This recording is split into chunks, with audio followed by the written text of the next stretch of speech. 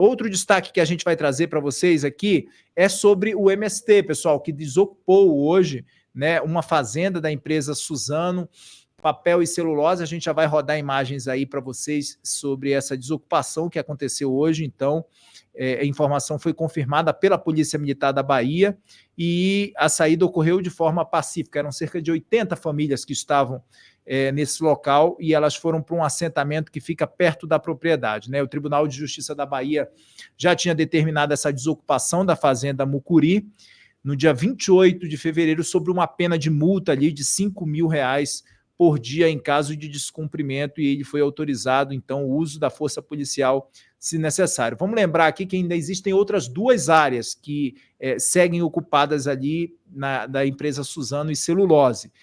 São 2 fazendas, uma delas fica em Teixeira de Freitas, na Bahia, e a outra também em Caravelas, na Bahia, tudo no extremo sul da Bahia ali. E a gente viu que ao longo do fim de semana também teve uma desocupação em uma parte de uma dessas fazendas. Essa desocupação ela foi feita pelos próprios produtores, eles retiraram, fizeram a escolta, inclusive, de um dos ônibus para retirar esses invasores do MST.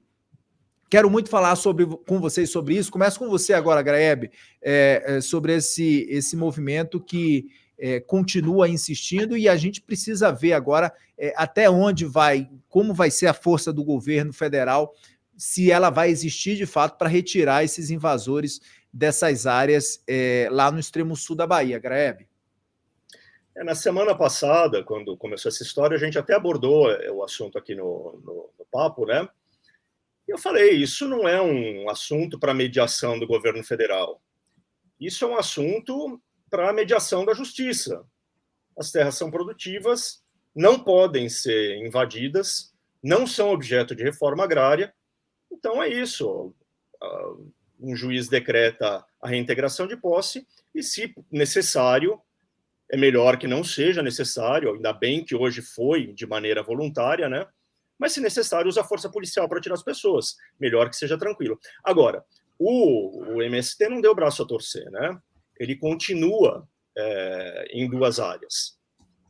Continua na ilegalidade, portanto. E o curioso disso é que hoje eu acho até que a gente registrou isso no site, né, Wilson?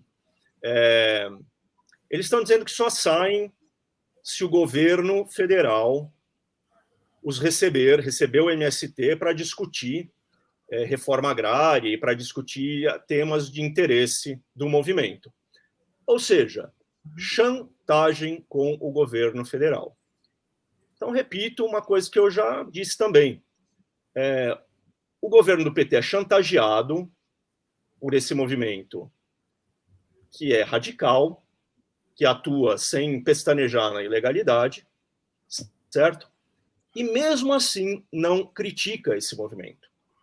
Passa a mão na cabeça dos caras. Então são os radicais de estimação do PT. São os radicais de estimação do Paulo Teixeira, ministro do Desenvolvimento Agrário, e do Lula também. Por que não? Né? Então, é isso. Então, são chantagistas do governo federal e invasores ilegais de uma área que não é objeto de reforma agrária. Não é um caso difícil, é um caso fácil. O MST está errado. Tem que sair. O Wilson, será que o governo Lula vai ter força política, então, para conter essas invasões do MST? A gente está vendo só 3 meses de governo e esses casos já estourando aí no extremo sul da Bahia, 3 áreas produtoras de celulose, né, de papel e celulose, já sendo invadidas. Uma delas foi desocupada hoje. Mas será que haverá força política do governo Lula para conter esses movimentos e essas invasões do movimento sem terra? Então, Keso, eu estou só levantando aqui uma informação rapidinho para ilustrar esse nosso... Pronto, achei aqui. O problema é o seguinte, vamos lá. O governo Lula, ele tem ali, é uma questão de escolha, e como tudo na vida, a vida é feita de escolhas, né? Eu estou trabalhando em um antagonista porque eu não estou trabalhando em outro local, e assim eu tenho os bônus, né? Os ônus das minhas escolhas. O governo Lula vai ter que bancar o ônus de suas escolhas. Ao não se manifestar contra o MST, o PT corre o risco de perder apoio de parte da bancada da bancada da Frente Parlamentar Agropecuária na Câmara. E essa frente parlamentar tem aproximadamente 250 deputados. Então, assim, para um governo que tem uma base de sustentação muito frágil no Congresso, inclusive hoje, isso aqui era outro bastidor que eu nem coloquei na pauta aqui, mas hoje eu conversando com alguns interlocutores do Palácio do Planalto, eles estimam que hoje eles têm em torno de 220 deputados ali na sua base de sustentação, um número que sequer garante a aprovação de medida provisória, que precisa de 257, sabe?